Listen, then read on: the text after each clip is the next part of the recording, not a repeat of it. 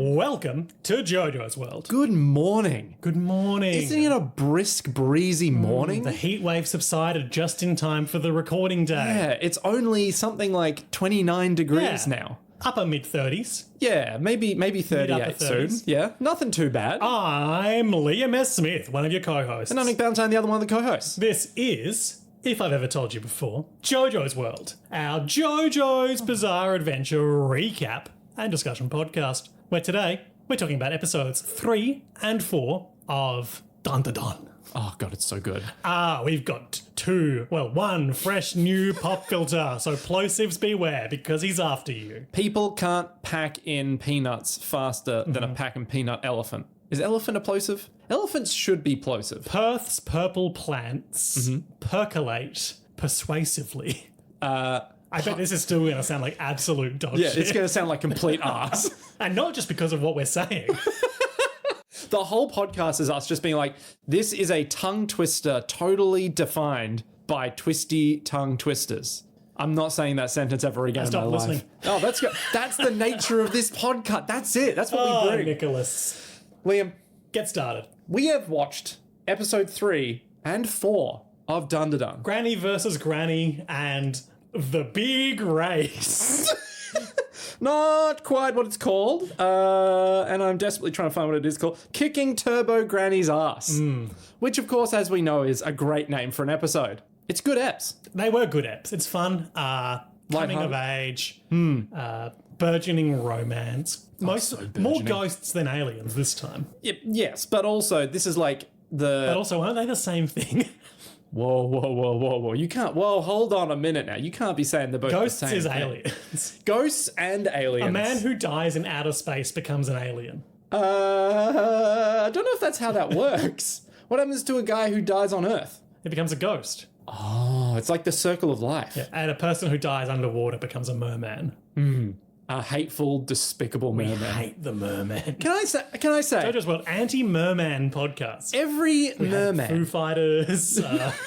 every merman that I've seen in media, shit. What about mermaids? Well, that's the thing. Mermaids are different, right? They've got a vocation. Well, I was gonna, Mate. I guess, yeah. But like, They're always dusting the shipwrecks, cleaning the barnacles off the underside of your keel. always luring men into their inhospitable, dark. They're craving forks. They're craving forks. They're craving forks. Yeah. Like trident. The Little forks? Mermaid. She likes the fork that she has. The Earth fork. Oh, I'm with you now. I'm with you, 100%. Is that what happens in that movie? Part of it. Oh, okay. Is that based on a real Yeah, that fairy really tale? happened. Wow. How long ago did it happen? It's not important. Okay, great. 2 weeks. So episode 3 and 4, it's a great time. Dan and Dan is a great show. It is fantastic. Liam, I need to tell you about my workplace. Okay. So, Okay. my workplace, there's been a lot of discussion about anime. Physically forcing my hand not to pick up my phone right now.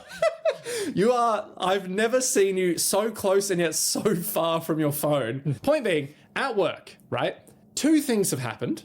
I'm getting very angry at the guy who sits next to me because he has selected to watch Evangelion Neon Genesis. with dubs Okay. instead of subs because he was like, well, I watch everything with dubs, even Death Note. What does that mean? That just means I was like, okay, so then you're going to watch JoJo's Bizarre Adventure. He's like, yeah, I might watch the dub. And I was like, yeah, great. And then you'll watch the sub when it gets to season 2, part 3, Stardust Crusaders. He's like, no, of course not. And I went, no, but then the dub gets bad. He's like, there's no such thing as a bad dub. I'm like, but the subs. I'm going to be honest, I've really mellowed out on subs versus dubs over the years. No. I like to be able to be on my phone while I watch anime because it's always boring. You know, for a while I was like, maybe Liam's coming around to anime. No. Look, Nick, you can only watch so many of 700 episodes of One Piece where nothing happens before you want to be on your phone while That's it's fair. on. That is fair. I mean, you're wrong, but that is fair. The other thing that happened that I think you'll definitely appreciate, there is someone at work who I was like, you have to watch JoJo's Bizarre Adventure. Hang on, so your whole story is that he likes dubs. and that makes you angry. No. Multiple things have happened regarding anime. These are just the highlights, right? Another person was like, I don't think I want to watch JoJo's because I watched the first episode and the main bad guy kicked a dog. And I was like, yeah, no shit he also did. set that dog on fire. Yeah, he's the worst, right? He's the absolute worst. And then they were like, I don't know But he's got a sort of sinister but alluring bisexual charisma. He's got that je ne sais Dio to him, you know? He's got that fleshy bud-like beauticious The nature. amount of times you've said those words on this podcast. They've lost all meaning to. Oh, no, they never had any, but... Well, that's, you know. Anyway, they then asked all their friends to try and prove me These wrong. are work friends or outside of work friends? Their other work and outside work friends. Okay, They everyone. asked, everyone. They were like, JoJo's Bizarre Adventure seems lame. And they were like, nah, it slaps. Every single person was like, JoJo slaps. Did you promote the podcast to them? 100%. I immediately was like, so I have a podcast. It's about JoJo's Bizarre Adventure. Like, I don't know if I want to watch that. And I was like, you need to watch it.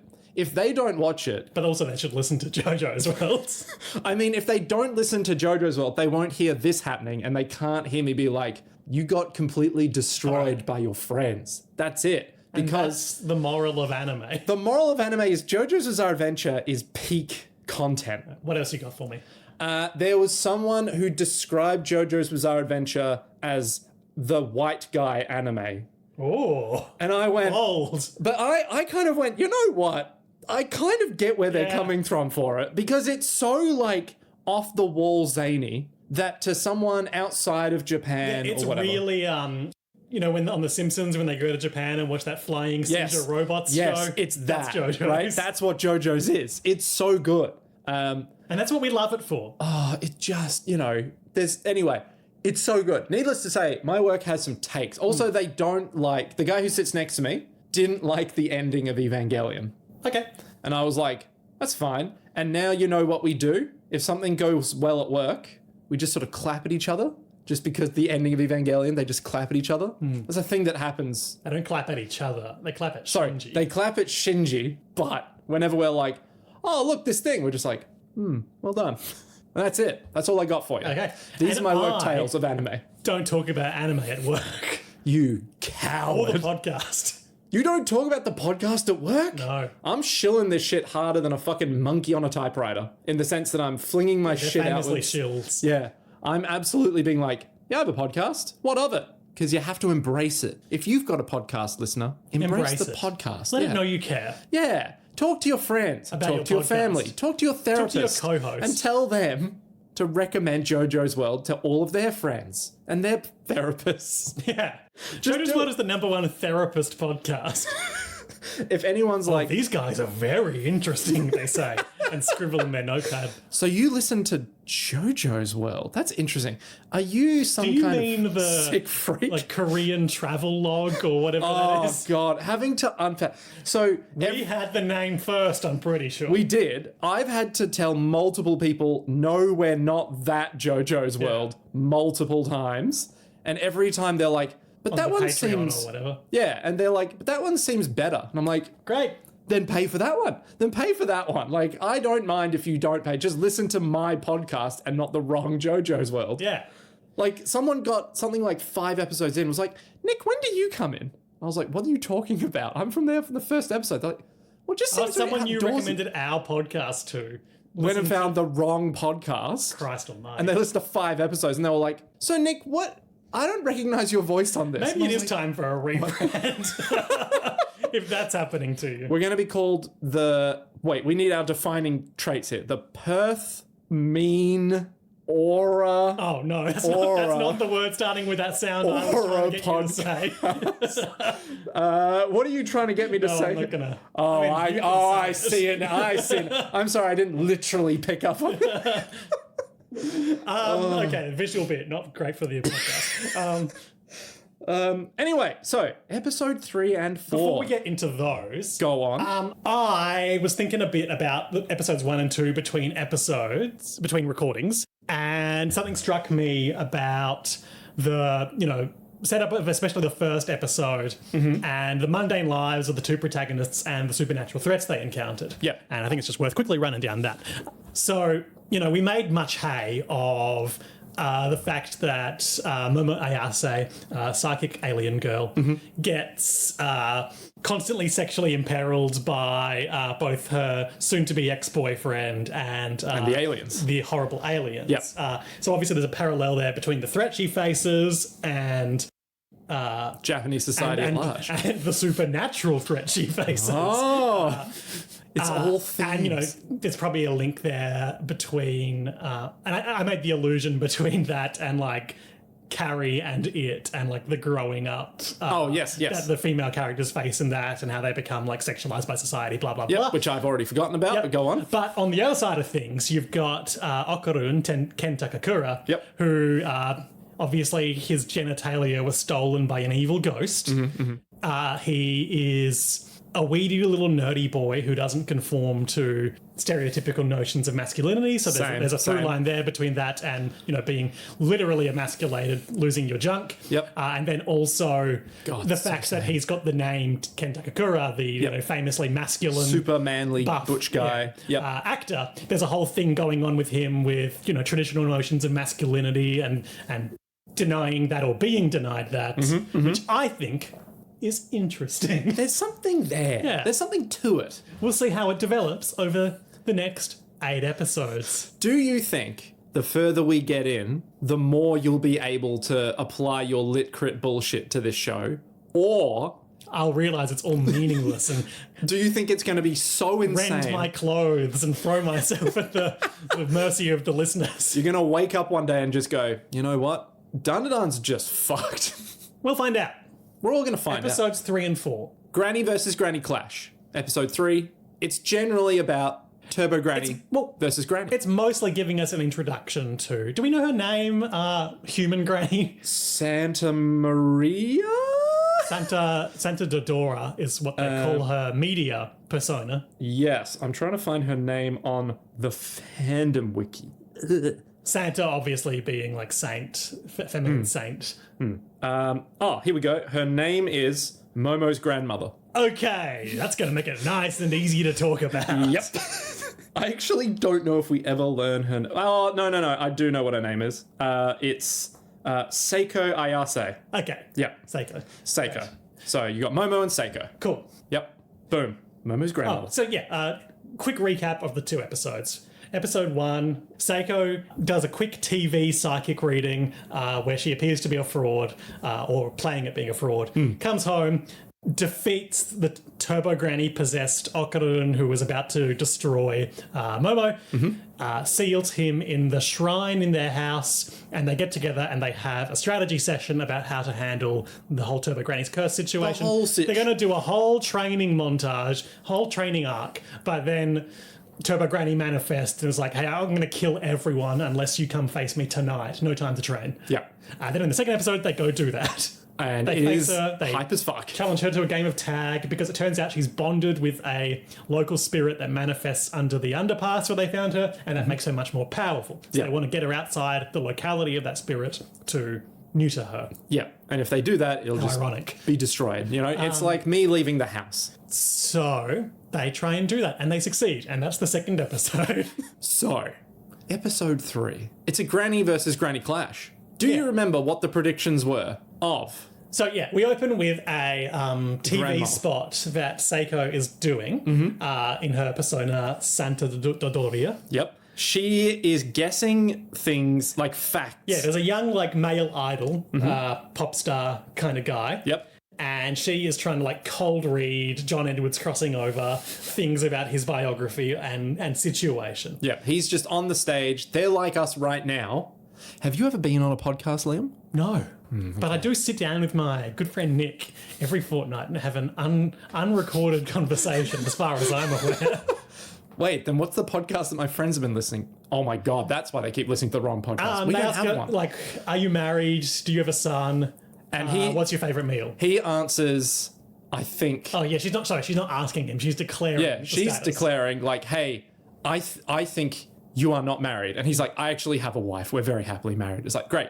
You have a child. It's like, no, we don't have any kids. It's like, you're 27 years old. It's like, actually, I'm 24. This is not relevant to what you just said, but I am going to make a bold declaration. Go on. I watched a couple of clips of the dub of this show. He doesn't like it. I like what I've seen of the clips. Okay. I might keep up my dubber's privilege and keep dropping some clips in. Your dubber's privilege. We talked about this in Trigun. I know, but Keep up, Nick. I know, but your dubber's privilege it annoys me. Why? It's just like, just pick the sub. Just like I can't put clips of Japanese audio into our English-speaking podcast, Nick. You know what? For this one time only, can you just put the Japanese audio of them saying, I'm actually 27. No, you're not. You're 24 or whatever it is. Here. おめえの年27だろ。20歳です。 And now put the dub in. You're 27 years old.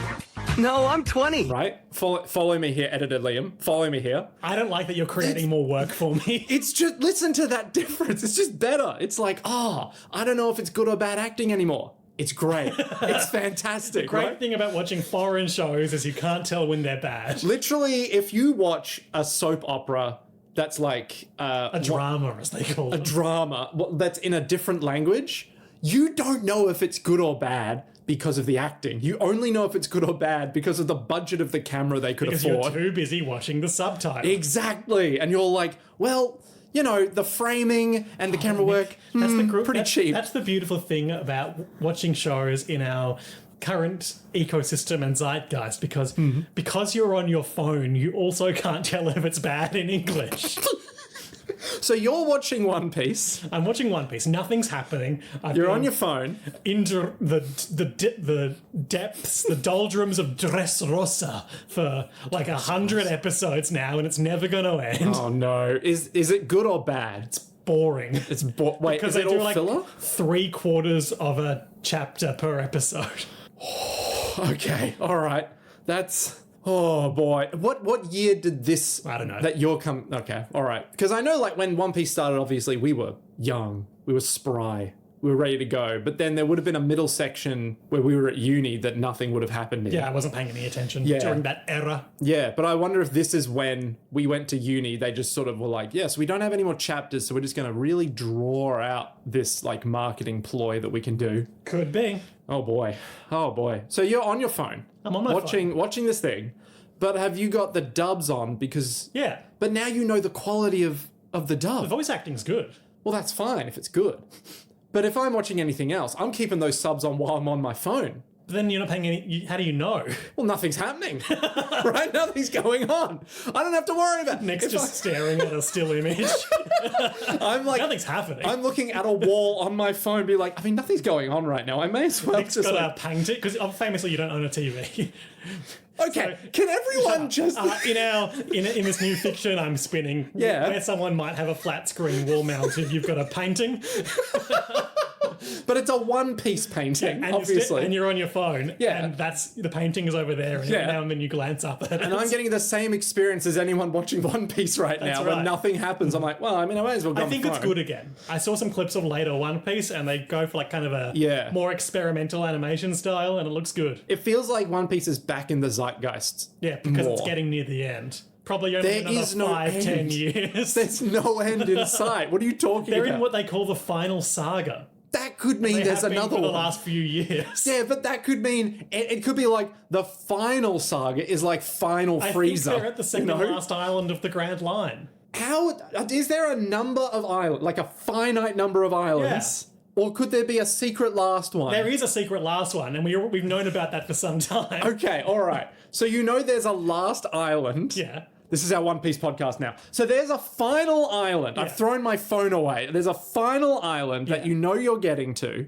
I think we knew about the final secret island before we knew it was a secret. What? Huh? So, as in you I knew haven't there was an experienced this island. part directly yet. I just know it from hearsay. Okay. But we knew the name of the final island Yep. back when I was paying full attention. We Okay. didn't know what it was properly because it was mistranslated from Japanese to English, but now we know. That is the greatest thing. It's called Laugh Tale, the final island. But back in my One Piece days, everyone called it Raftel.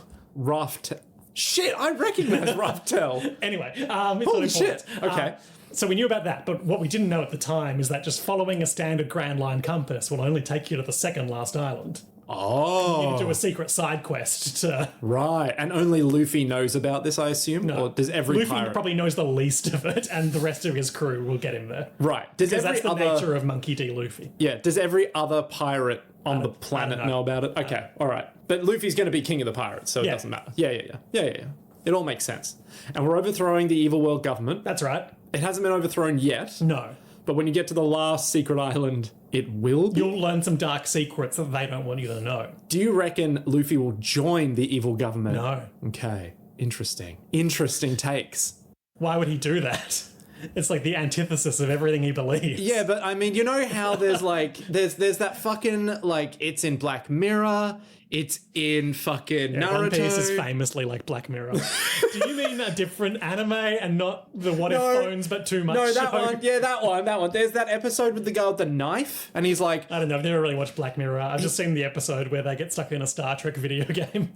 oh, okay. No, there's an episode that's like, I think it's the second episode ever. It's like, first episode's great because it's about the Prime Minister who's like, I did not have sex with a pig. I've heard about that. And then it's like, he did have sex with a pig. David Cameron. Yeah.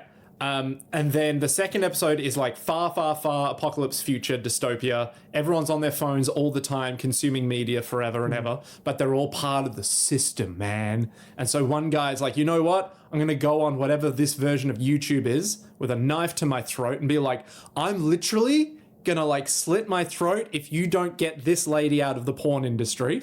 And then someone comes up to him and is like, hey, listen, so I'll offer you like $1 billion to just keep doing what you just did. And then at the end of the good content. And so at the end of the episode, he's like, I'm still here truly, with the knife on my throat. Capitalism subsumes even critiques of it. Yes. And so then he's there. Yeah. Yeah. Now you're a famous Hollywood writer. Exactly. And he has like the knife in a little glass case. What does that have to do with One Piece? What if at the end of One Piece, Luffy learns the secret of the evil world government, which is something That it's good. is that it's actually doing a good thing and that the pirates are the bad guys. I don't think that will happen. The pirates are actually trying to destabilize the world, but the world government's like, hey, you need to suppress people like Duke Leto Atreides II from Dune so that they can be fulfilled in their lives without the Monkey D. need. Luffy is kind of like Paul Atreides. No. He becomes a figurehead everyone needs to rally behind, but also maybe that's bad.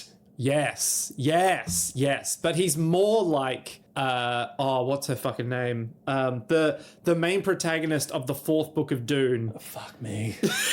Who goes up against... How did we get you onto Dune again? Who goes against Leto Atreides II, who's the big worm man, and she's all like, he can't read my mind. And he's like, I can't read her I mind. don't think there's any big worm men in One Piece, but I could be wrong. There better be big... If there's no big worm people... There's a giant snake in one arc. Well, that's kind of like a worm. Yeah, it's not a guy though, it's just a snake. Yeah. So there's this granny. Yeah. She is like... That's the JoJo's World secret, baby. You just segue hard enough and you always... So Granny's on this TV show And with this she idol. Gets all of her predictions wrong, or so it seems. Like, let's just get it out of the way now. At the end of the episode, she's watching TV and it circles back and it turns out every prediction was correct. Yeah, so like he never formally filed for his marriage license, and he has a secret child. Yeah. Yep. And then she's just like, and they have to change his favorite food to curry from ramen because they got that wrong too. But she's uninterested in that whole thing while she's channel flicking. We should talk about her appearance and her general affect. You mean how she's a badass motherfucker? She wears a if she was American, I'd say Letterman jacket. You know, one of those like varsity, like popped collar ass fucking like aerial Archie bomber from Riverdale. Yeah, like a it's not a bomber jacket. No, it's like a varsity jacket. I was going to say she wears a cape. She wears what we'd call a lever's jacket. That's some fucking... And yeah, she wears a big black cape over it because that makes her look mysterious. Yep. Then under it, she wears like a barely anything at all cut-off dress.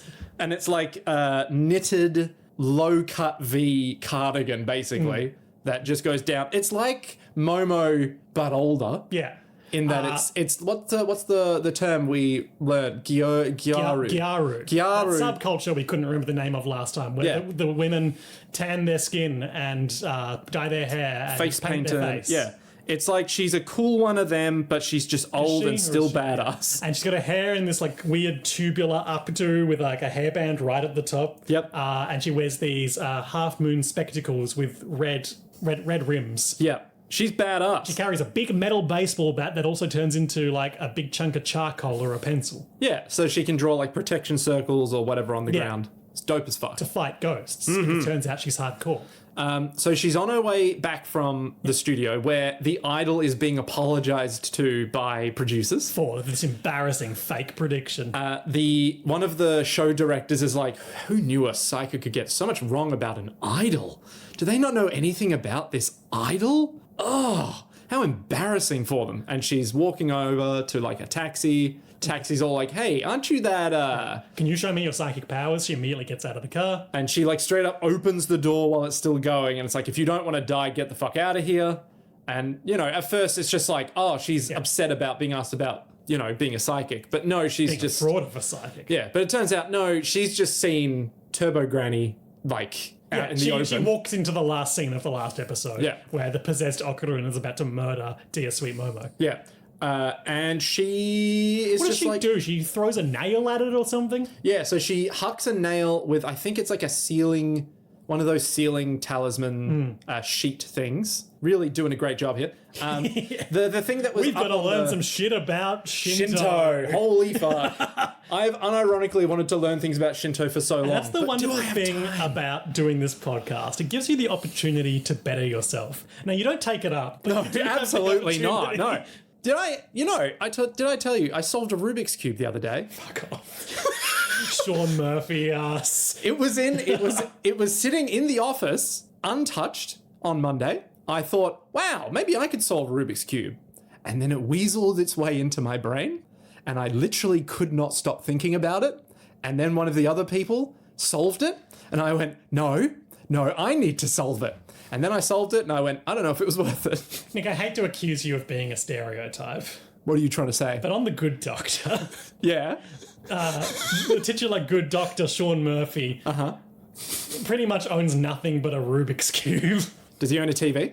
Yes. He's He more buys the TV in like the second episode with his surgery money. wide. Wait, hang on. Why does he buy the He TV? wants it. Okay, see, now he is more broadly, like, worldly than I am in that case. Maybe you're like the woman from You're the Worst, who What's You're the Worst? is a sitcom. It's good watching. I recommended it to you. Oh, is this the one about people who can't communicate with each other? Yeah, kind of. That you sort of described it as they can't communicate. Like, they can talk to each other, they just suck she at doesn't it. own a TV. She just has her laptop that she watches things on. But the laptop Yes! doesn't really work because she got too many porno viruses. Oh, so she's me in high school. Yeah. Okay, gotcha.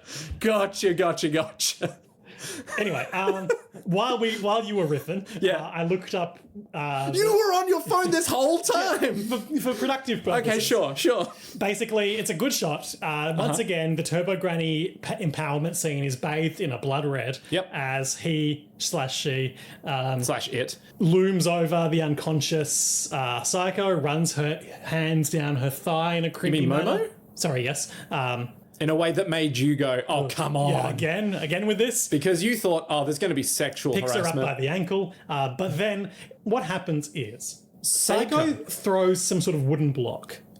I'm pretty sure Got a it's circle painted in the middle of it, and it appears to like be the size of a domino, basically. Yeah, I And think then it's some kind splits of- it with a nail. yeah, I think it's some kind of like it must have a ceiling talisman on it or I something. don't understand. But I think she's the important taken. thing is, I think she's it taken the happens. bat and just been like, bam. Yeah. And then we don't see. And then she this looks happen. dope as hell. Her Yeah. cape, tuxedo mask style, billowing in the wind. Just so good. We don't see it happen, but she does draw a protection circle at some point underneath her. Yeah. And lures Turbo Granny. So this is the into clip it. I had seen on YouTube well prior to us ever discussing doing this show. Yeah. She expected that Turbo Granny, can I just say as well, Yeah. listening to the dialogue, in Japanese they say, Turbo Baba. And I feel like that flows a lot better vocally than Turbo Granny, yeah. Turbo Baba. ターボババアとはよ。They used to call her. You got the Bo Baba. That's Yeah. good. Yeah. That feels good to say. They used to call her 100 kilo granny. Yeah, because she Thanks, can always Netflix. go 100 kilometers. Yeah. Anyway, Yep. she, nothing personal, kid style, super speed teleports into Granny's blind spot, but Granny had predicted that. Mm-hmm. That is to say, Psycho had predicted that. Yep. And drew A protection circle. circle on the ground, and just outside the exterior of the circle, she's driven a big nail into the floor. Which means it's a barrier. That's right. Which means she can't get outside the circle. Because if the nail's So inside... it's all very, to draw parallels to, folklore stuff we might be more familiar with, a circle of salt or a pentagram. Yeah. Or like garlic. yeah. Or like how in Dracula, when they crumble up a heap of the Holy Rosary. Not Holy Rosary, the biscuit that you eat. The The body of Christ. Yeah. They crumble up a heap of that. Yeah. Are they just crackers? Yeah. they're not- Transubstantiation, Nick. They're not- Transubstantiation. Nick, they're not just crackers. To keep Lucy from either getting back into or escaping her crypt. Who's Lucy? Never mind. Okay, great. Gotcha. It's some Dracula bullshit. Okay, great. Understood. Same thing. Okay. And we see her bat. Yeah, it's got a big pencil attachment at the top. Mm-hmm. And she exposits that if Turbo Granny crosses this barrier line, she'll die. Yeah. And so she immediately tries to cross the barrier line with a hand, but it burns up in red fire. Yeah. No good, Granny. No good, Turbo Lass. And so then Psycho just wails on her with a metal bat for a while. And it's all like, I thought this was going to be fun. What are you doing? And obviously she's trying to use physical force to push her outside the circle. Yeah. But that doesn't work. She's too strong. And rather than risk getting her face clawed off or killing the boy, instead she draws a second circle. Because she's already previously explained that, the nail outside the circle means that the outside is the barrier. the spirit can't cross to the outside. Yeah. But if the nail was inside the barrier, then the spirit can't be within the circle. So what she does is she draws a second circle outside the first one with the nail inside it, Yep. and then smudges the line of the interior circle, turning it into a ghosts can't be in here zone. Ooh. And then we hard That's cut. some JoJo's shit. That's cool. Yeah, it's dope. It's great. This whole show is great. And it's done with the sort of style that makes you go, oh, Yeah. fuck yeah. It's hard for us to capture in this audio medium the sort of sense of like dynamic movement that the animation has, but it's quite impressive. I think when I've read things about Dan online, about this adaptation of the anime, they basically say it's like reading the manga because like you really do get the vibes. Not right? like the adaptation of that one show. Adaptation. Yeah, that's right. Starring Nicolas Cage That's right. as Charlie Kaufman Yeah. and his brother, That's right. who isn't real. That's right. And what's her name? The lady who wrote that book about the orchid. The Orchid Thief. The Orchid Thief, the lady who wrote The Orchid Thief, who in the real world, very normal, and didn't want the movie to go ahead. Really? But then when she watched the movie, went, yeah, okay, actually, this She is... got to be Meryl Streep. Well, not because of that, but because when she watched it and the movie was like, life isn't boring, you lazy fuck.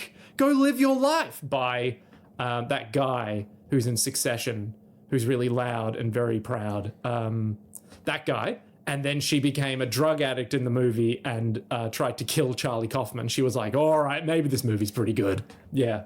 I was going to let you kind of go until you ran out of steam, but I've genuinely forgotten what I was saying now. The point is, Charlie Kaufman's a very good film writer that also is very confusing. Like, all of his movies just sort of make me go, I'm not really sure, like, what am I getting out of them? Like, have you ever heard of Synecdoche, New York? I've heard of it. It's so weird that I didn't even get half an hour in and I was like, this is like, I understand, this has some meaning. But I don't know what the fuck's got... Like, he's walked into a literal burning house, and the real estate agent's like, it's so nice. And they're like, I'll take it. I'm like, what is going on? So Momo wakes up from her fever dream to be like, where's Okarun? She runs down the stairs, sees not Turbo Granny, Psycho. normal Psycho Ayase, normal Granny, and she's watching the idiot Shogun. Yeah. Which I used your unhinged rambling just then to do some on-air Googling. Yeah. And I've got the details on Shimura Ken no Bakatono-sama, or the idiot shogun. My favorite. Shimura Ken. Yep. Ken Shimura. Ken Shimura, not Ken Takakura? No, different Ken. Oh, okay. There you go. Was a Japanese comedian. Ah. Born 20th of April 1950 in Tokyo. What a guy. Same generation as Beat Takeshi. I don't know why that's a category on Wikipedia, but it is. I'm sorry, as who? It says Beat Takeshi. Beat Takeshi? Nick, keep up. What? Keep up. What are you talking We've about? talked about Takeshi Kitano, aka Beat Takeshi, so many times. So many times. Takeshi's Castle, Battle Royale. Oh, that Takeshi. Okay, I'm with you. I'm with you. Okay. Near as I can figure, the idiot shogun, Bakatono, Bakutono, the idiot feudal lord. yep, is, per this Reddit post, quote, Ken Shimura really was a national treasure, as she calls his show. I'm surprised his show got referenced in Dun Da Dun. Dude was a legend in Japanese comedy. I'd argue he was the Japanese comedian of his time. Oh. Here's the IMDb for his show. Funny stuff if you can make time to watch it. That's like the opposite review of what we get. Too much time wasted. Not very good. 5 stars. Does it say if like it's a like intelligent comedy, physical comedy, slapstick kind of thing, or is it just like it is comedy? I don't have the details on that based on the picture that I'm seeing of like a sort of cross-eyed. Yeah, you got this white-face guy? paint. Yeah, that guy. It's probably pretty panto-esque. Yeah, I'm getting the feeling it's like maybe it's like faulty. Oh, it's a comedy contest show. What? A comedy In this national comedy contest show, Oh. Shimura Ken dresses up as the idiotic lord of Shimura Domain and hosts various laugh-inducing events inside and beneath the castle, inviting magnificent guests to roar with laughter for the first time. So it's like Minute to Win It or Takeshi's Castle or Yeah, one maybe. of them. Yeah. It's on the following user list. Sexy foreign TV shows on IMDb. And from another one, sexy Japanese TV shows. Damn, Shimura! He's fucking pulling him in. Everyone wants to get with a feudal lord. Maybe that's where I went so wrong. I didn't own a castle and invite random strangers to come and do random shit. Oh my god. So obviously he's dressed up as some feudal lord for the show, right? But does it take The idiot shogun. But does it take place like in universe in feudal Japan, or is it like I think it's probably like Takeshi's Castle, where it's like a broad framing device, but then they're just kind of doing a TV show. they've got pre-planned clips and they're like, let's have a look at how they went in this could be one. live. Yeah. Well, not live, but in studio. Yeah. Taskmaster versus America's Got Talent. Who could say which it is? Not us, because we haven't watched it. I absolutely have not watched this. This is from the same thread on Reddit. Oh, God. Momo's deadpan reaction to Bakatono and her grandmother's fits of laughter remind me of people's reaction to Friends, the sitcom. Some react like Momo, like the famous meme of the guy from The Mummy reacting to Friends with disgust that Elon posted sad face emoji. But others, or rather the majority, react like Psycho. Although Friends is more of an international treasure than national treasure now, because literally everyone and their mum in the world learns English from it, especially India and China, which are only like countries with 1 billion people. And for this reason, I just think of Bakatono as Japanese Friends now. Oh my god. I don't really feel like there are all This the is- cogent points there, but it was framed No. so interestingly, I had to share it. Yeah, it makes so much sense as well. So it's kind of like it's like the you can call me Ray. You can call me. It's like that. Hoisted by my own petard. Sometimes people react to it and they're like, "The fight." You're just saying words. As and King of the Hill taught us. Yeah, and then other times you get people who have done it long enough. They're like, "Oh fuck yeah, this As is one of my own people." life experience. Exactly. It's just. Oh. Okay, so there's this actually like pretty important scene about the relationship between Momo and Psycho here, where she's obviously very concerned about Okarun and is asking where he is, if he's alive. Yep. And Granny isn't looking at her and being like, well, I thought you didn't believe in ghosts. And then she immediately is like, oh, well, now that I've lived through stuff, She does the Japanese humbling yourself bow, right on the ground, on all fours. forearms on the ground, head on the ground. Yep. And she's like, I'm sorry. Go surreal. I'm sorry I was rude to you. Go surreal. And she's like, I also encountered aliens. And Granny's like, aliens aren't real. She's like, I don't know what the foundation of your belief system is. So then she's like, yeah, I put him in the shrine in the back. Yeah. And so she bursts out the fucking door and she's running. She's like, I really hope Okarun's okay. Thinking it's going to be his corpse or some such. And then he's just sort of there eating Rice. one of those like triangular, what are they called? Triangular rice ball thingies. A rice ball. No, there's a name for them. Onigiri. Onigiri! Onigiri place on my walk home now that I really want to try. Oh, like a dedicated onigiri Yeah. place? Interesting. I didn't know we could get onigiri, like dedicated onigiri. Truly, place. Perth is a city of the world now. That's a deep cut, Liam. That's a deep cut. Whoa. So, Look, long story short, I'm just thinking, like, anyone who knows anything about Perth will be like, yeah, we've got some like Asian stuff here and some Indian stuff here. We got some Brazilian. We got some English. We got like, you know, people from all over the world. It's great. It's really cultured. We've got a good mining culture, you know. the Rio Tinto Christmas lights train. Fuck me. Stop. Hate it. So yeah, she runs in. yeah. He's eating onigiri. She slams the door, they yell at each other. And they're like, I thought you were dead, you big fuck. Granny comes out and Goes back and forth about, well, I mean, I saw an alien. So I have aliens psychic aren't real. powers now. Yep. I went to a UFO hotspot. And they put together their plan. That Turbo Granny is just troublesome spirit. Mm-hmm. And we see some old like Japanese style painting of her that we'll be seeing some more of her in a very similar form next episode. But exposits that she's a particularly troublesome modern yokai. Turbo We see her all over the country. They used to call her 100-kilo Granny. Because she can run 100 kilometers an hour. Yeah, that's right. She doesn't weigh 100 kilos. And she's been in that tunnel for quite some time.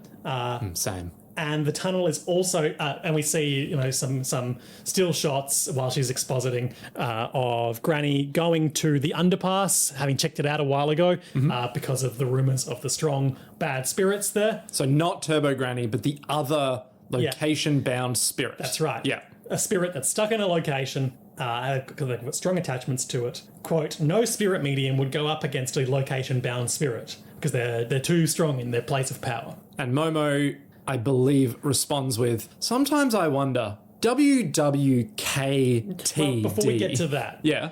and I was going to make that exact same allusion, but Great.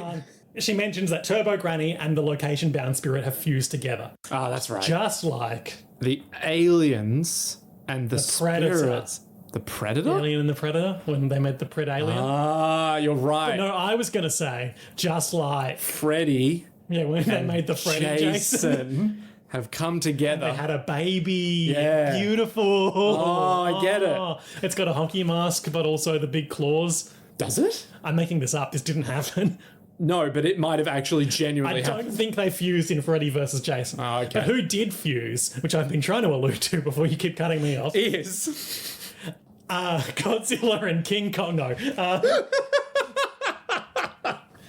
thought you were going to say Godzilla and Mecha Hitler. I was like, what? Interesting. Yeah. Hitler and Charlie Chaplin.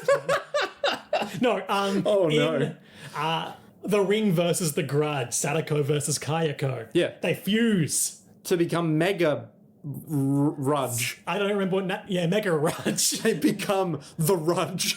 I don't remember. They portmanteaued their names in some way. I can't remember. Oh no, it's her. Grung. Sadayako or something like that. Sadayako. And then she's got the powers of the Ring and the powers of the Grudge. And I don't really understand what the Grudge powers are. There's a house that you go in and it kills you, maybe? Is the Grudge the one that's like, I'll keep following you and drawing you back? Because the Ring is you play the video. The she Ring comes works out of. on very obvious rules. Yeah. You watch the videotape and then she kills you in 7 days. But the Grudge. But is then they not keep that. doing some weird shit in the novels and sequels that I've novels. haven't watched or read, but I've read the Wikipedia pages for, because for a long time that's how I treated horror. Right. Where they go down some weird bullshit about how the Ring girl, I don't know, it gets into some uncomfortable territory for me, where it's like she's the perfect fusion of male and female body types, and that's why she's evil.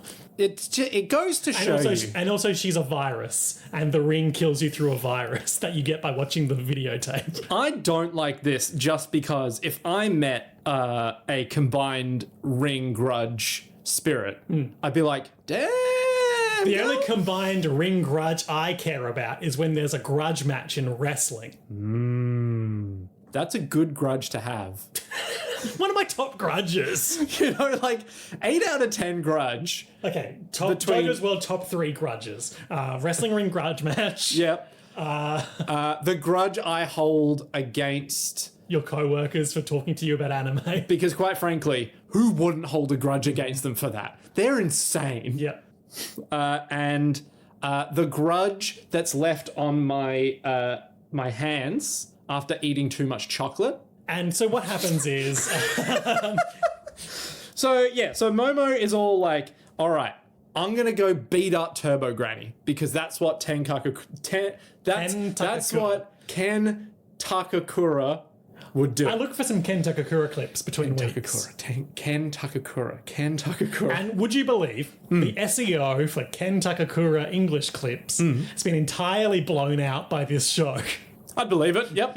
But I did find one clip. I can't remember what movie it was, but the joke was he's like a Japanese cop who's collaborating with some Americans. Yep. And they're walking through the the station or the courthouse or whatever together, ranting about like, aren't there any fucking cops who speak English here? Yeah. And then he returns and responds and he says, I'm whatever my character name is, Tokyo PD, and yes, I speak fucking English. Assistant Inspector Matsumoto Masahiro, Criminal Investigation Section, Osaka Prefecture Police. And I do speak fucking English. He's such a hard guy. Yeah, it was good. He's so cool. Couldn't find the supposedly iconic line about being an awkward guy. Oh, an awkward fellow kind of thing. See, and this is why I think that potentially the dub might be doing us better here, because they say I'm an awkward guy, and that seems much more natural. And I don't know. And the sub is And because I awkward fellow. couldn't verify from finding this original clip, Yeah. I can't make an accurate judgment about what's better. That's the beauty of the sub. And that's the beauty of storytelling. You don't need to make a judgment. You can be on your phone There all was the some whole pretty time. bad Netflix subtitle sentences this Oh week. my god, there was some fucking terrible. This is my top one grudge. This I is your will top grudge. Never stop. Funding good subs. Never stop doing that. I will never stop ranting against the Deterioration? the decay of the professional subtitling industry. Yeah, but you don't want to go full ball fan sub of like, oh Naruto, I'm so angry with you, versus fuck you Naruto, you piece of shit. Well, I was also thinking about Keikokumin's plan. KK Kumin's plan? Yeah, in Death Note, this might have. I suspect that this was probably a joke someone made that a lot of people took as real. Yeah. But where Light Yagami is like, all according to Keikaku. Translator's note: Keikaku means plan. And I'm probably mispronouncing that, but. Okay, yeah, fuck that noise. That's too much. So anyway, she's like, Ken Takakura would be a badass. There's another one of those, sorry. Yeah, go on. I can't remember what the exact word is, but someone says a phrase and they end it in, again, just using a Japanese word in the English sentence, like a noun or description. Yeah. And the translator's note says, if you understand Japanese, you know what this means. Why? I'm clearly watching with subs because I don't know. Again, I suspect that one might have been a parody, but Oh my god. they come up with this plan. And the plan is to make Ken Takakura Yep. train physically, get really fast and good at running, Yep. and cardio, so he can sustain being in his Super Saiyan mode. Yep. 100 sit-ups. More. 100 push-ups. 5, 10 bends. kilometers every day. Something we should all Banana aspire for to, breakfast. honestly. I'm on that banana for breakfast kick. Go back. What do you mean you're on that banana for I eat a banana for breakfast. What do you mean you're on that? It's good for you. What do you mean it's good for you? Potassium, Yeah. banana-y ingredients. It's just a banana. It's good for you. But what about your breakfast croissant, Liam? What happened to the croissant? Well, that's a treat for podcasting days. What happened to you, man? I've always been like this. Actually, that's true. That is true. You have Banana always and 8 cashews. It's all a man needs to get him through to lunchtime. 8 cashews. Yeah. I'm sorry. It's normal. Is this a reference to No, this feels weirdly This is just the specific way I for live you. my life. Say no, you saying some cashews is normal. 8 cashews? 8 is the right amount. I'm not going to do an odd number, and 10 is too many. So I'm the one who jokes about I have diagnosed autism. And I don't have an autism diagnosis. But you say one banana, 8 I don't need cashews. 2 bananas, am I? Well, no, 2 bananas is too much. I get that. But 8, would you have 9 cashews? An odd number is wrong. This is a momentous occasion. So you only eat 8 cashews. Sometimes I'll do peanuts. Are you insane? I don't want to mix it up, but it's usually cashews. Well, how many peanuts do you have? Same amount. 8. Exactly 8. Well, they're smaller, so sometimes I just do a rough handful of those. No, see, that seems like the Liam I know. But cashews, you're exactly like 8. Yeah, Boom. because they're pretty big for a nut. But yeah, I'm so fucking confused by this. Okay, sure. Push-ups, sit-ups, back extensions, and squats. 5 sets, 100 reps each. 5 sets, I overlooked that. Yeah, no, he has to train up hard. Gotta do 500 a day. Yeah. Each. Well, that's what I do. And Momo, same goes for your side. I know, I can tell that from your body and your physique. As you can see from my absolute I burgeoning say to pecs. myself, that's a man who eats his cashews. How many do you eat? A handful. And your face is all puffy because of deadly nut allergy. I have a horrifying allergy to nuts. 8 cashews is basically me getting shot in the head. Okay, we're spinning our wheels a bit. That's what our podcast is. Even though we've got another whole episode to get through. Oh, yeah, yeah, all right. So she's Long like, story all short, right. that's the plan, and they're going to start tomorrow. Yep. And Momo's going to train her psychic powers. And I thought we were going to get some real good. Actually, we still kind of do in the next episode. I thought we were going to get some real Star Wars style shots of, when Luke is running through Dagobah with Yoda on his back. Yeah, yelling at him. yeah. I thought we were going to get that because the plan was for.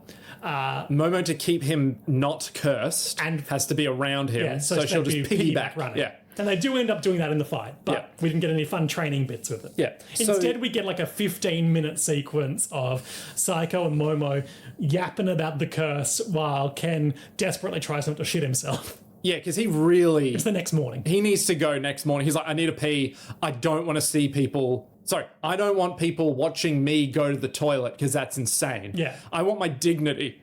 And they're like, well, just go to the toilet over there. And he's like, I'm not pissing in a bush, but I might have to piss in a bush. I do think it's incumbent on us to acknowledge Granny Psycho's pajamas. So she's wearing like, your typical like shorts. She's wearing boxer shorts essentially, a belly warmer, a white singlet, a red sleep mask? sleep mask with eyes on it, even though she's standing up and walking around over her eyes, She doesn't need to see and what's like going on. thigh-high stockings and sandals. Yeah.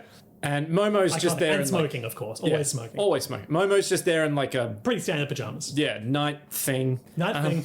So Working on my night thing. yep. And so Momo's like, you're not going to the toilet in that house. Like you're not allowed to do that. I hate to draw us back, but we do get some kind of important exposition about the way her psychic powers work. Yes. Which is that she can see auras.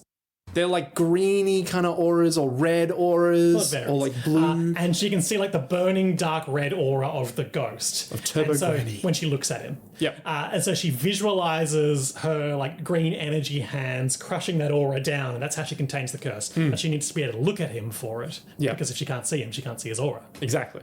And that's why she has to be able to see him for. To keep the curse down. And there's a kind of a funny joke / setup for the next episode where Granny talks her through closing her eyes and instead seeing the aura in her mind's eye and then visualizing crushing it in her mind, so she doesn't need that visual component. Yeah. And then she opens her eyes and Okarun's gone full ghost mode because it didn't work. And she's like, well, you can't do that then. Yeah. And then he's like, I really gotta piss, man. And Okarun sprints as fast as he can towards the house. Momo blocks him from entering with a big psychic wall. It's a big psychic hand. Sorry, big psychic hand wall. From this episode, and especially in next, she starts manifesting her psychic powers as like big energy hands. Yeah, like big reachy things, like Green Lantern Yeah, style. like hands. Yeah, Yeah, Green Lantern. yeah. Never really got into Green Lantern. Well, this is a reference, you see, to Green Lantern. Liam is so not amused by this joke. Anyway, so prevents him from getting into that house, but then he runs over to the next door as Momo's like, fuck you. And she is piggybacking him now. Yeah. And like biting his head. Because like, you're not getting in. You're not going to use my toilet. And then There's a good gag because Granny's chasing too with her eye mask on, basically because she just wants to be involved. Yeah. And she says, "Not bad, Ken Takakura." And then Momo like swoons and falls out of the chase. and eventually Okarun reaches we a did toilet. skip over what would Ken Takakura do because Oh, yes. she's like, what would the Ken who I love do? That's what I ask myself when I get into troublesome situations. And I think in this situation, he'd help fight him. Turbo Granny. And then Granny is like, you said you love him. Ha ha. And Momo was like, I don't love him. That's I mean, ridiculous. like the actor. Yeah. And then Granny goes up to the door and is like, she's confessing her love for you. So he's shooting. Yeah. And then He's so embarrassed. right Turbo now. Granny does the world and freezes time, or freezes everyone else. Granny's bleeding from the nose and the ears. And Turbo Granny says, I'm giving her the choice whether she'll die from a heart attack or a stroke. And Momo's Because- like, fuck you. Because I've cursed and possessed this guy, anyone that he can see, I can curse. So you and me, we're going to fight this out tonight, or I'm going to use him to just kill everyone. And Momo's like, but that means Granny dies. And no time to train. Oh my God, Those ticking 100 clock. reps. Oh my God. So then Granny is all like, all right, you got to wear these traditional garb. I will say before we get them all in traditional garb, cool shot of the house's protective talisman. Burned up. Yeah, with the it's Japanese characters and like a sketch of Some Oni guy. an oni or the local god or whatever it might be, and the sketch of the god is like all Chart out. charred out or like red blood ink or something like that has obscured it. Hashtag spooky. Yeah, you hate to see it. So they're going out in like shrine maiden and Shinto priest gear essentially. Now, I did know what the names of these were, but I don't speak Japanese, so I don't know what they are anymore because it just left my memory. But they are definitely Shrine Maiden and Priest Garb, like 100%. Great work, Nick. What can I say? Just confirming that we're still good at our jobs. We're doing the bare minimum. So we start seeing them go off on a bike. And Granny- important moment where Granny hugs. Yeah, Granny hugs Momo and is all like, don't die. Yeah, I'm so proud of you. You've got psychic powers. Yes. And then they're on a bike, they're heading towards the tunnel, but they're actually not because they're taking the train. Yeah. And immediately Momo's like, oh my God, why do we have to take the train in these clothes? And Okarun's like, well, it's a bit far by No, it's the other way bike." around. Is it? Yeah, Momo's like, we don't want you to use up all your stamina before you get there. Oh yeah, because Okarun's actually pushing the bike, isn't he? And then Momo immediately gets changed out of her Shrine Maiden clothes. She's like, what kind of fucking shrine man wear this? I'm not doing that I'm shit. gonna beat Turbo Granny to a pulp. And then we get next episode 4. It's time to kick Turbo Granny's ass. Fashion is the battle uniform for Gyarus, she says. Words to live by. You can't change here. Everyone on the train's staring. I'm not wearing that stupid outfit. What are you talking about? The whole point of wearing it's to protect you from evil spirits. Your grandma said so. Please, I look like a dork. Fashion is the best armor for Gyaru. And looking fire is what hypes me up for a fight. Could we be Gyarus? I couldn't. I don't have it in me. But I more mean, is a Gyaru specifically the female? I think it is. Yeah. So we could never be Gyaru. So then what would we be? Well, gender's a spectrum. Obviously. But would I be a Yakuza or would I be like... Could I pull that off? I don't think Yakuza is a subculture like Gyaru. I'll kill you for saying that's gonna... See, I can't even be mean about that. But anyway. Arguably, Maybe? in Like a Dragon, Yeah. Yakuza is a state of mind because Kiryu is so rarely actually in the Yakuza. But the Yakuza are the ones pulling him back in. That's right. Yeah. So he's doing Yakuza shit. Like But he's playing- helping people. Playing baseball or telling a kid to believe in themselves or getting really into pocket car racing. Or helping a dominatrix. Yeah. Helping a man in a diaper. Helping the man in the diaper who can't his- feel pain anymore because he's gone to too many masochism sessions. Link up with the dominatrix who needs to learn how to believe in himself. Yeah. And together they form a beautiful new relationship based on consensually inflicted pain. Yeah. Helping Gotta love these the games. helping the guy whose wife is dying of cancer, and then you The find adult baby. the adult baby guy. You meet up with him because he chases you in his pram. You chase him in his Sorry, pram you 'cause chase him in think his the baby's pram is rolling away. Yep, And, it and is, then you but find the out- baby is also an adult. And he fights you, but then you both realize, wait, there's so much more to this world. And then the last wish of the dying person in the In hospital Hawaii. is that they want to see snow. But That's obviously right. that's not going to happen because it's summer in Hawaii. and they're So going they to die use the before baby powder the that talcum they put powder on their asses. to puff out to like make it look like snow. it's snowing. It's beautiful. And there's a man in a diaper puffing, Yeah. while his goons also in diapers are puffing away They the don't talcum really like powder. being adult babies, but they support their boss. He's just working through some stuff right now. Kiwami 3's out like next month. I'm excited for that. What? Oh my god, I didn't realize Kiwami 3 was... Okay, Yeah. sure. Because I never played 3. Well, I've never played 3. Whoa. The JoJo's World Let's Play. Together, It's finally happening. we will not buy this game. Hey, I'll buy it. Oh shit, okay. So they enter the tunnel. And they've been coached to challenge her to a race because her defining attribute is her speed. So she'll always respond to taunts about races. Yeah, taunt and you will be taunted. But they don't want to enter the tunnel, so they have a bit of a moment where it's like, please, after you. I think it's men first. It's like, well, I think ladies first is actually the expression. It's like, haven't you seen how teary-eyed I am? It's like, get the fuck in there. And they both like do maybe that I'll put in slappy a hands clip thing. of that in the English language. Ugh. You first, Okarun. No ladies first, I insist. What if I start crying? You're such a faker. We both go fair and square. Hey, you're behind me now. How's that fair? Now you're behind me. We're going it together. Stop it! Subs versus Dubs 2025. It's back. It's no so one cares but Nick. It's not 2025. Oh my god. I explode like a defeated ghost. That's it. It's the Nick Ballantyne podcast now. A couple of things I want to highlight in this approach sequence that Momo's like, so what are we going to do to Turbo Granny again? Punch her?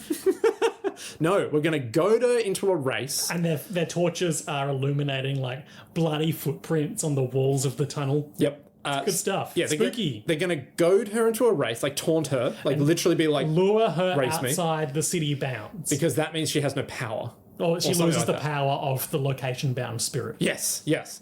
Which means that then they can just dispel them no problem because they're not bound and fused with this location-bound spirit, which means that... That's what she's drawing all of her very significant power from right now. Exactly. So it's going to be nice and easy. Easy. Easy peasy exorcism. And the first thing that goes wrong is that the tunnel are two big heads now. Scary. This is some Silent Hill, The Room shit with the big head in the room.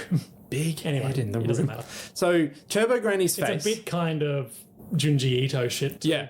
Big Junji Ito energy. Probably a reference. Probably. There's just no way to know, Nick. And I need you to figure these things out before you insist they're references to things we don't know. I don't know if I need to bloody do that. I don't know if I need to bloody look things up, man. I'm just here bloody doing it. So big head blocking the way forward. And the top of its blonde hair is facing them with a little bit of the forehead visible. And immediately we start getting the iconic sounds from them. Yeah, they turn around. There's another head there. Two identical heads of old women. Not the Turbo Granny head we immediately recognize, but clearly an old woman. Yep. And its eyes open and its eyes are mouths.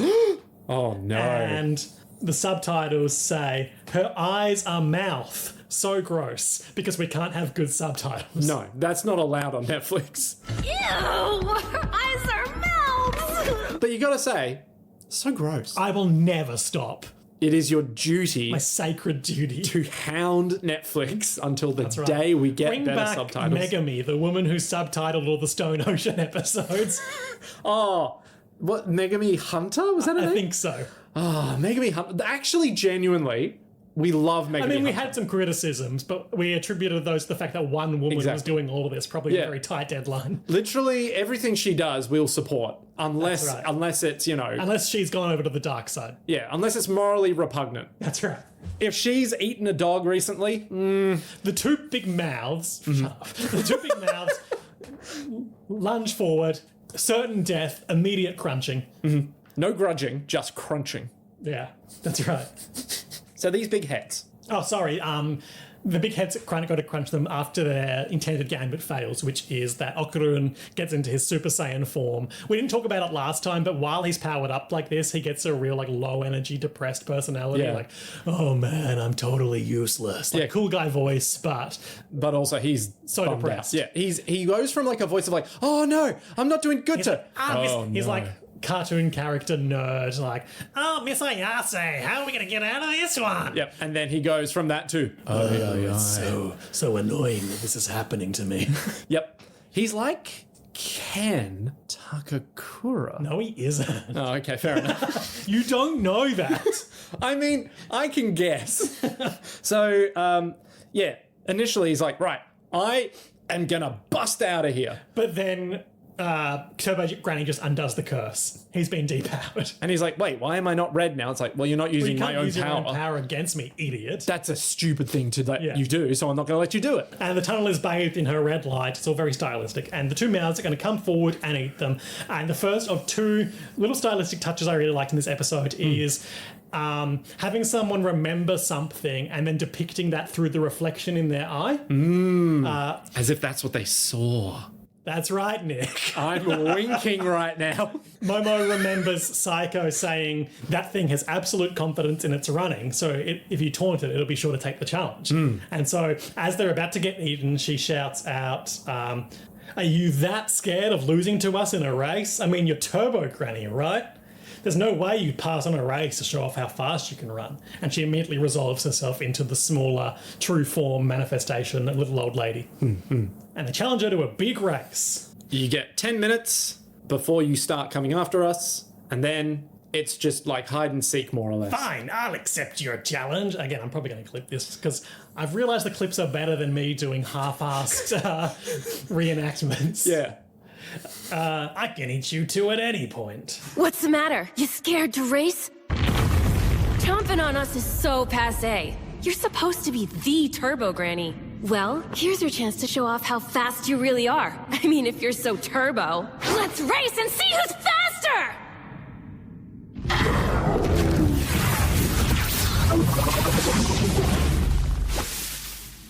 Damn punk. Who do you think you're mouthing off to over here? I never lost a race, you hear me? Never. I'll take you on if that's what you want. It don't matter if I eat you now or later. And so, No finish line, game of tag. just go for it. You catch us, you win. Just go for it. And so I didn't really get this. Yeah. So she starts counting. they say you need to count for 10 minutes. Count to 10 minutes. Yep. And then you can start chasing us. You can give us a 10-minute head start. They start running. And she uses some alternative minute counting mechanism. Yeah. Ichi is 1, ni is 2. Yeah, she's counting in Japanese. Yeah. That's what I'm. No, did you understand what because what the you know- logic loophole here was? Yeah, you know how when you're a kid playing hide and seek, Yeah. they're like, all right, you count to 10. You go like 1, Is 2, she just counting really fast? 5, Counting turbo style? 27, and you're like, you can't count like that. It's like, you never told me how to count to 10. I just had to count to 10. Maybe I was overthinking it, but I was like, is she doing some Fibonacci shit? No, it's just straight up like 1, 7, 33, and they're like, no, that's not 10. That's not counting to 10. It's like, actually, in my number system, getting to 10 only takes 5 numbers, I think you'll find. So she's just being a Hang dick. on, she has 5 minutes, 8 minutes, 6 minutes, 10 minutes, and then a bunch of ghost hands, like in that one street in part 4 of JoJo's, ripple out from her body along the corridor and encase Momo in a huge wall of flesh. Now she's in a coffin. She's, you know when the rogue boomers just turned into huge piles of metal meat? Oh, when they're underground? Yeah. Yeah. She's like in one of those. Yeah. So she's in her little meat coffin And everything's red. because she's in a meat coffin, and also spiritual darkness. And Turbo Granny's like, and now I'm going to count your 10 minutes. And Okarun's like, you can't do that. That's cheating. That's not allowed. And she's like, you didn't tell me how I could count to 10. And her hand reaches towards Okarun, little Ken Takakura, and he remembers in his eyes, in the reflection of his glasses, Momo in the last episode being like, you're kind of dense, Okarun. I'll probably be saving your life next time too. And he saves her life by doing something that, once again, gives me reservations about this show. So he bites down as hard as He possible. shouts, let me suckle that teat. Bites down that breast hard. I guess it's a callback to in the first episode where she's like, if you suckle my teats, I'll give you a hand job, Yeah. or whatever she said. Yeah, and he's all like, fuck it, bam. Bites onto her breast. The Really sticks succulent on. flesh of her ghost breast. Yep. And is just like, And it She's trying to hurts shake her him off, but and he can't. negates her ghost powers because of the sacred garb he's wearing. It's that garb. No problem. I'll just possess you. That's right. So it goes in through his eyes or his mouth or And something. her her physical manifestation warps, and there's this really elongated nose and big teeth, and she looks a lot like the sort of traditional painting caricature we saw in the last episode. Yeah. Of like weird rat-like features That's right. as well. Gets up in his body, tears those robes off, but this gives Momo the chance to do her. Psychic power. So crucially, she achieves direct line of sight power use. Aura through vision. the big wall of flesh. Yep. But also she suppresses the possession in Okarun's body, apart from a little annoying snake worm that sticks out and has antagonist conversations with them during this next sequence. So we've now entered the Venom arc. Yeah. So much like in the movie Venom, or perhaps the sequel, Venom 2, Prepare for Carnage. or whatever it was maybe called. the sequel to that, Venom 3. The Last Dance. Didn't see it. They typically have like the darkness-esque little head Yeah, that the comes little out. worm of Yeah, the venom little that's ghoul like, thing. Hey, Jackie. Eddie? Jackie. Eddie. Jackie. Oh, Eddie Brock from Venom. Yeah. I'm thinking of the darkness now. Keep going. Okay. I'm thinking of Jackie Chan Adventures. Hey, Jackie. Hey, Jackie, have you ever tried to eat a human body before? That feels bad, man. Well, they have a talisman inside them. We gotta eat that body. Anyway, the location-based spirit shows up, and it's a big crab that wants to kill them. Yeah. And so the rest of the episode is them trying to stay one step ahead of this pursuing giant crab, while Turbo Granny's like, "You'll never get away." Because Turbo Granny's a little annoying rat head just stuck on Okarun right And now. Okarun goes Super Saiyan and runs super fast, giving Momo the piggyback ride. And they go through a bunch of little set pieces. What do? I don't think we need to beat by beat all of these. There's like a roadside on the cliff, similar to and where the UFO she's crashed. too heavy, so he can't make the corner. So they go flying. For a few seconds, he does leg propellers. Wow, like a helicopter. Yeah. Because he's got no stamina, they immediately fall. She uses her big ghost hands, her big psychic hands, you. wings to arrest their descent a bit. Yep.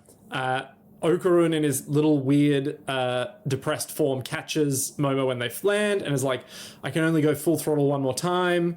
This is They bad. use that pretty consistently as like the term for what he does. Yeah. For using his ghost powers at full speed. Yeah. Full throttle. Full throttle, which is a good thing to say. Sounds good. Yeah.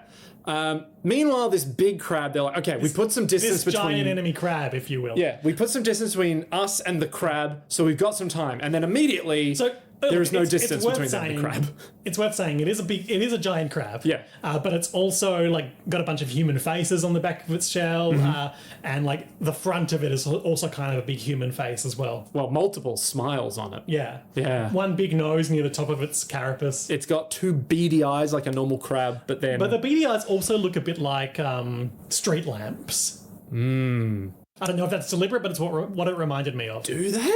Yeah. I think they look like crab eyes. Okay, well, fuck you then.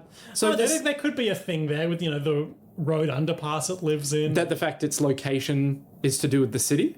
So it's Yeah. like city lamp head face? Maybe, I don't know. Neither do You've I. made me lose all confidence in myself. Just like the possessed Okarun. So this giant crab, they're running through... They go to Healthland. which is like a health spa. It's either a public bath, Yeah. or it's what they call a soap land in Yakuza, which is soap land. basically a public bath that's a brothel. I think it's probably the brothel. But also, it's a hot spring. So it's probably the brothel hot spring. I want to believe, given this show, and it's called Healthland. Yeah. So they go in there, they're like, all right, you won't he's be able like- to move through tight corners. Okarun's like, oh no, crabs thrive in waterfronts. Oh, bit of exposition. It's a big crab because spirits assume the form of crabs to cross the river to the afterlife or some shit. Yeah, the river Styx or something. Sticks to what? Styx to D's nuts. That's right. I did it! I made the joke! It's a spa, so rather than just letting the crab thrive in an aquatic environment, she uses her big psychic hand to break a hot water pipe and cook that crab. Yeah, steams it up. Scary stuff. My apartment's been having some flooding issues recently. Go on. And I learned at the recent Strata AGM that There's crabs. during one of the recent water burst events, the guy whose apartment the pipe burst in couldn't get close enough to the pipe to do anything about it because the water was too hot. What? Was this like during the day? No, So this is at night. Yeah. The water's too hot. in the burst pipe. What the Scalding water just sits flooding your apartment. Scary. Ah, okay. Not my apartment yet, but scary. Hashtag not my apartment. And the crab turns bright red, and Momo's like, I want to eat that crab. God, it looks so good being bright red. But they run. They're trying to get to Shono City. I'm sorry, they're trying to get out of Shono City. Yeah, they're trying to get out of Shono City so that the location-based thing demerges, and then they'll be able to put it to rest. And the next little set piece, which doesn't really matter that much, is that Turbo Granny activates a bunch of spirits from the nearby graveyard on the border of Shono City to possess a bunch of people and make them chase Run them. after. And it's just a bunch of people who have been cursed. And they use their second full throttle, and it's this happens now, isn't it? The William Tell Overture sequence. Yes. So they're running from a bunch of people. Yeah, And there's a big crab nearby. Piggyback sequence. Momo is using her psychic powers to push people out of the way. Sort of a trap remix of William Tell Overture is playing. Yep. And they're doing some cool. It's just a cool set piece. Like at one point they're doing some Spider-Man PS5 shit where They're running along walls. she's using her psychic hand projections to like slingshot around corners, and then he's running on the side of a wall. And she's like, don't stop now, Okarun. And he's like running up shit. It's good stuff. It's great. It's not fantastic. really the sort of thing we can capture the majesty of just by recapping. But let's just say, It looks good. It sounds good. Everything's bathed in that red of the evil ghost energy. it's so good. It's so good. And then He runs out of steam. he has gone full throttle and he's out of there. And Turbo Granny hops down because she escaped his body, kicks the shit out of him, kicks her. She does kind of parry with her psychic powers, which I thought was a nice touch. You quite literally went, good parry, good parry. And then they're both stuck on the ground, but Momo sees a train. This was the plan all along. I'm tapping my nose real hard. I hope this picks up on the mic. Turbo Granny gloats like, I'll even give you another head start. How long do you want? 10 minutes? 20 minutes? Momo, in true badass Ken Takakura fashion, is like, You can't just say these things. is just like, you just need to give me 1 second, old woman. She grabs onto the passing train, With her big psychic hand. slingshots them up like a video game character. And Turbo Granny, now fused with the location-bound spirit crab, is like, nah! There's a bit of dialogue where I feel like the dub would be to our benefit because Turbo Granny is talking like, you lack respect for your elders. And I can tell from, even though I can't speak the language, she's obviously responding with a lot of slang. Yeah. Subtitled as mad respect for that. And she says, speak properly, you punk. I want to say how they translated that in the English. Yeah, maybe just like, you're not that cringe after all, old woman. Shut up. That's why the dub sucks, because it's that. You can't make up something That's to get probably mad at. just what they say. I'm just saying. I'll drop the clip in here to prove you wrong. God damn it, I hate being wrong. But it's so required to humble me. Try and outsmart me. I hate tricky whippersnappers, but what I hate even more are punks that don't respect their elders. I never seen a bitty bully kids like you do. For a senior citizen, you're off the hook for real. Mad props to ya. Talk normal, you delinquent! If you're trying to confuse me with that nonsense coming out of your mouth, think again! I hate the sound of stupid words, especially when stupid girls like you speak them! I can see through your ploys to use modern words to fool the elderly. That's you. That's what me. you're complaining That's literally about. me. Right? I'm like, how dare you children have your own subculture that I'm not a part of? Am I really that out of touch? No. It's the children that are wrong. That's right. And I'm cool. So what happens? They get on the train, but Granny catches up with the train because even though its max speed is 120 kilometers per hour, it has to slow down to take corners. But she can always go 100 kilometers per hour. That's why they call her 100-kilo granny. That's why they used to call her that. Yeah. But the problem is, Momo knows that. She's fused with the crab. It's a big, horrifying crab old woman monstrosity. It's got human legs, 6 of them. Yeah, it's got like her weird like spider web eyes, but in a big vertical shape. Like a big teary eye kind of thing. Still got crab features. Like, Big human mouth though, pursuing. but the thing is, Momo's like, I know it can't go faster than you, but you're now on the train. And we see up ahead, Psycho Granny has How to capture everything she's done. So she's drawn what looks like a barrier circle similar to what we saw in the last episode, or like a line. There's a couple of nails driven into the ground. In Yeah. this shot I've got here, we can't actually see if she's painted anything on the ground. Yeah. But one of the, the like pillars that hold up the cables above the train line. pillars that hold the cables, the ones that are like up and then right angle thing, and they She's hold. covered one of those in a whole heap of spiritual seals. I missed that when we were watching it. There you I've got go. the photo here. Yeah. This is the value of the photo notes. This is the value of doing good And work. there's a side shot where we can see the red lighting of the monster confrontation stops at exactly those spiritual seals, and Yeah. she's in normal night lighting. It looks great. So good. So good. And so the train, Momo grabs Turbo Granny Crab and holds her in place on top of the train with her psychic powers, and the train smashes through that barrier, destroying the ghosts. But we also see, along with Turbo Granny's demise / the location-bound Crab spirit, burns and crumbles up into a bunch of spirits of young women. and we're like, What? weird that they're Probably all not important. Yeah, it's all the weird, really young women. That's an odd choice. Okay, sure. But then after they start dissolving into ash, Momo and Okarun get off the train at the next stop from the roof. Yeah, presumably the next day, Granny takes them to the underpass. They do some prayer, And we learn she about- exposits that the tunnel's got such bad vibes because it's a place where a bunch of young women were raped and murdered and had their bodies dumped. Yeah, and so, they couldn't rest in peace because obviously they died irrational deaths. And so Irrational. I'm not sure if that's the word choice I would have gone with translating this. But, in fucking terrible deaths. and turns out Turbo Granny has been moving around to such places, speculating potentially she's drawn to console the spirits of girls who died traumatic deaths. Yeah, but the but- dead can't live with the dead, and nor can the living live with the living. Yeah, that's not quite it. It's all making sense to me now. So yeah, you can't have the dead mess with the living. You can't have the living You've mess got with to the respect the dead, but you can't allow the dead to take out their trauma Yeah. on the living. But you've got to show your respects to them. dead. Yeah. It's the yin yang, but without the No. two little bits in the middle there. It's just two different worlds that they never shall the two meet, but the dead got to be dead, the living got to be living. That's kind of it. You have to live in harmony. You can't be messing with the other realm, etc., etc. Okay. You know what I mean. I do. I just don't think you should have. I just think you came at it, but It's like a half. sideways. It's like a half and half pizza, half margarita for the living, Yeah. half. half margarita with anchovy. But I'd be the anchovy guy. But I like the anchovy. Wait, is the living side just anchovies? Those are the rules for the living and the dead to coexist.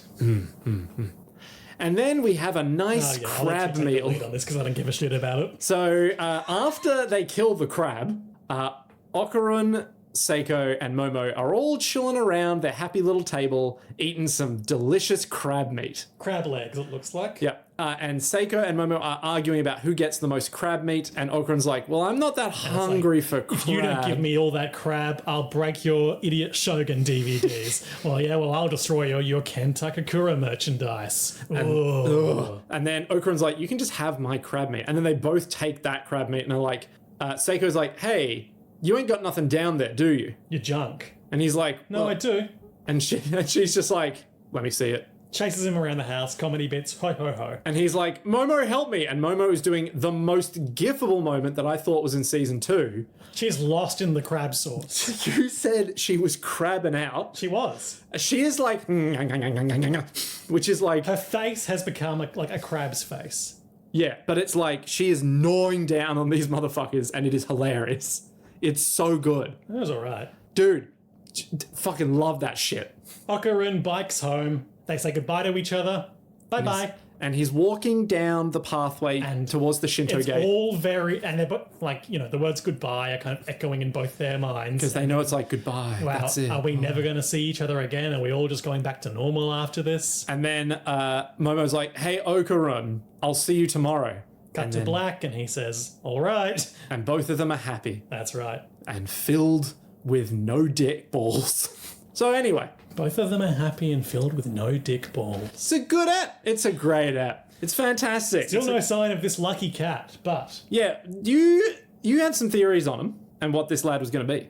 yeah, this character that we've seen in the opening and ending, but not in person. But let me ask you this. What are your highlights and lowlights of these 2 episodes? Easy highlight. It's got to be that William Tell Overture sequence. It is good. It is also... Was it William Tell Overture or Orpheus in the Underworld?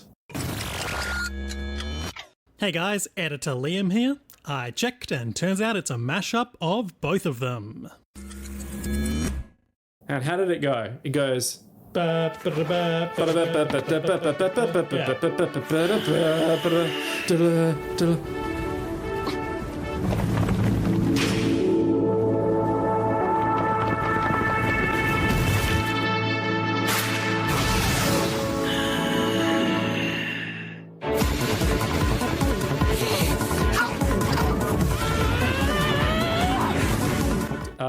think that's the William Tell Overture. It sounds like the William Tell Overture.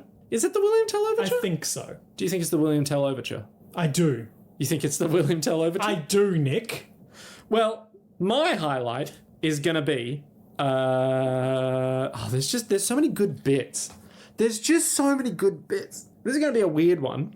I just kind of love the absolute rejection of, well, we're going to have a training montage. And just like, nah, you're coming tonight. That whole sequence is like, oh shit. Okay, well, that's just happening. It's just real good. Apparently, sorry, I wasn't listening.